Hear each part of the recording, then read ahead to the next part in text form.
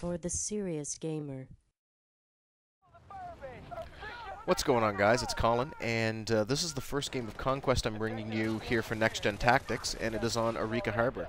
And this map has 3 points to capture. We spawned in on the US side, so Charlie was our near flag.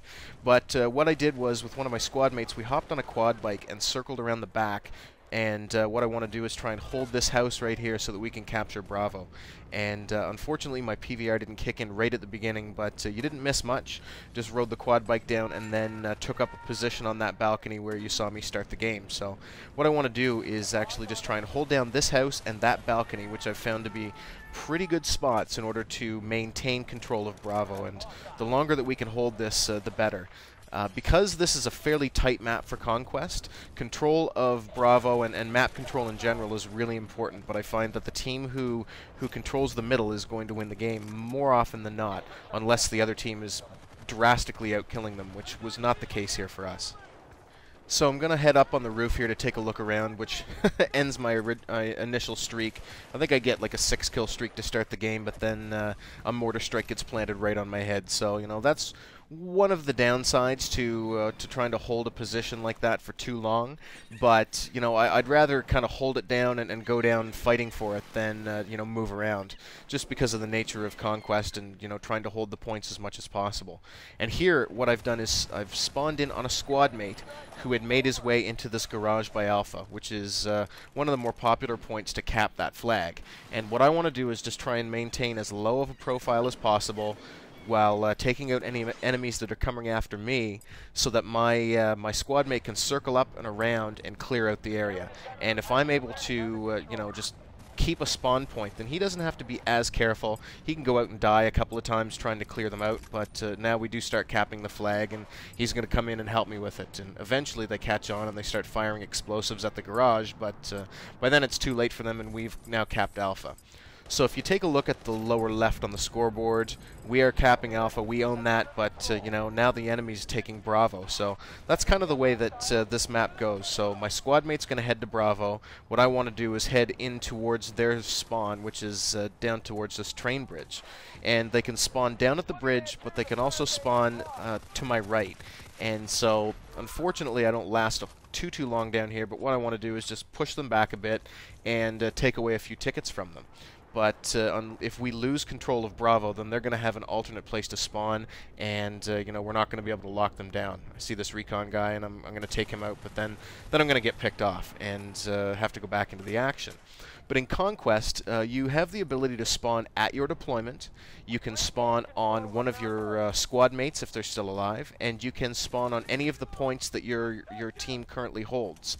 So kind of the object of the game becomes to hold down all the points and clean up any mobile spawn points throughout the map so that your team can push the enemy back into their spawn area.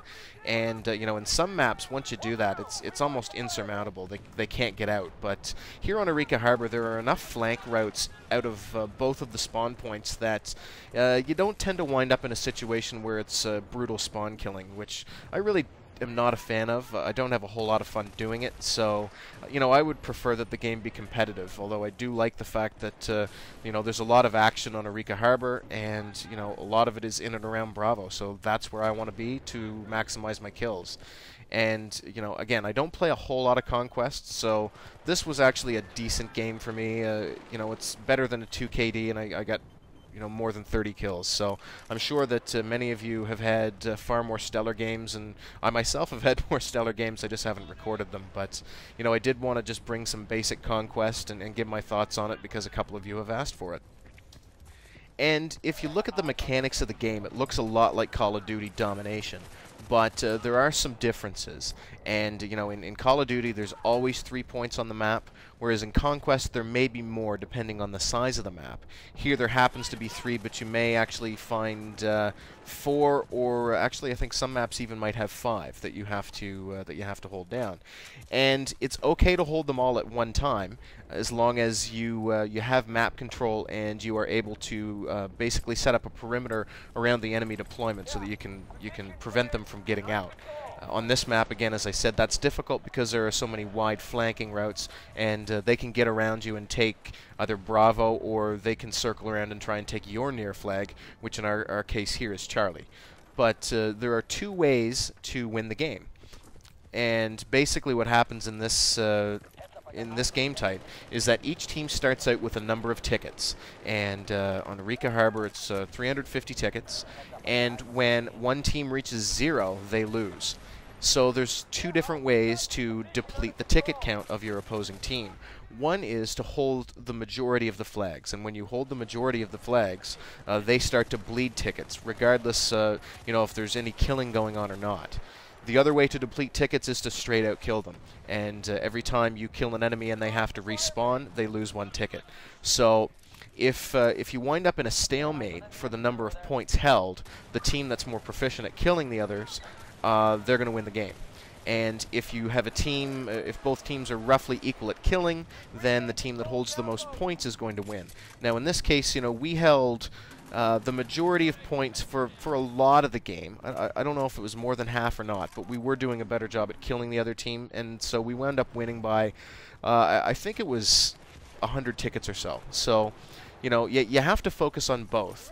Unlike Call of Duty Domination, you can go horribly, horribly negative fighting for one of the points. And if you hold 2 points for the majority of the game, then you're going to win it.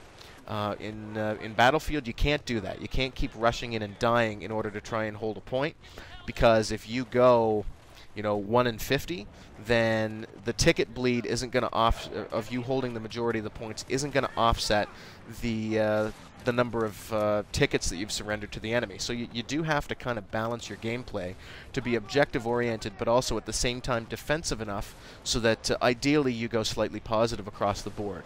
And if you're able to accomplish that across your team, you're going to win the game. And I want to apologize, guys. I just took a pause in doing this commentary to get a drink of coffee, and actually I wanted to correct myself. I'm pretty sure that there's only ever up to 3 or 4 points on a Conquest map. I don't think there's any that have 5. I said that, but I think that was incorrect.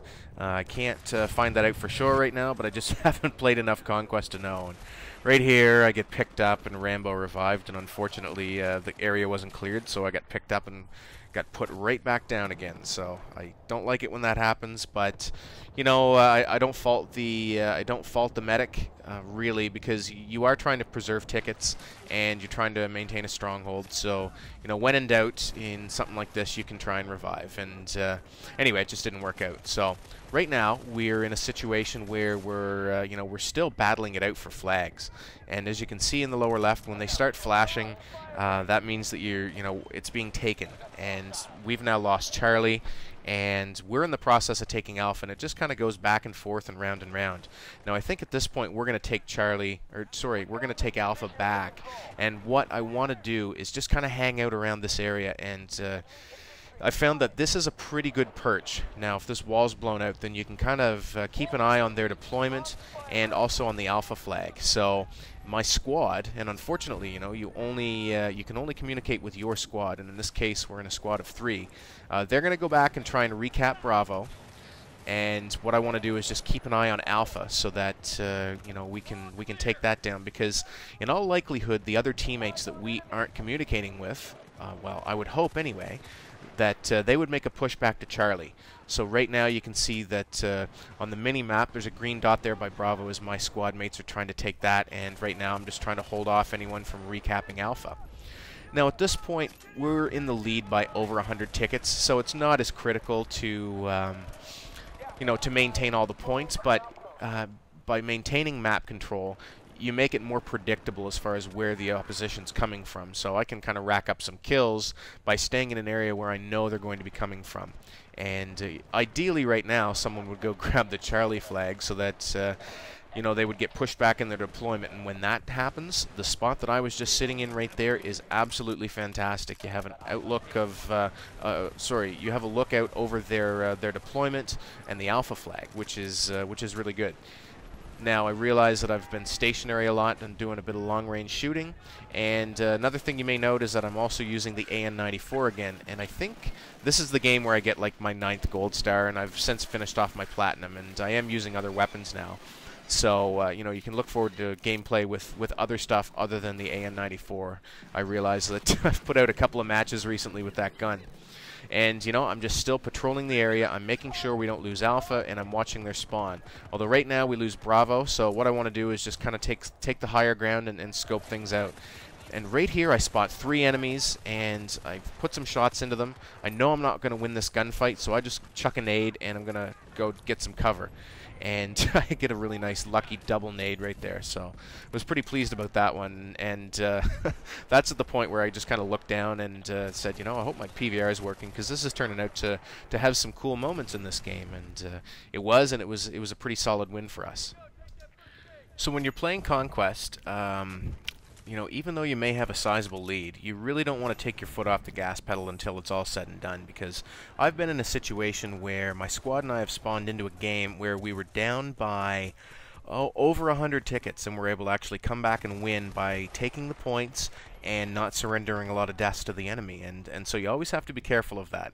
Sometimes teams will get complacent when they have a huge lead, and the team will actually have a lot of fight left in them, and they will take some points, wind up taking all the points, and then turn the tide on the enemy and wind up winning the game. So, you know, you always have to be careful and keep an eye out for that.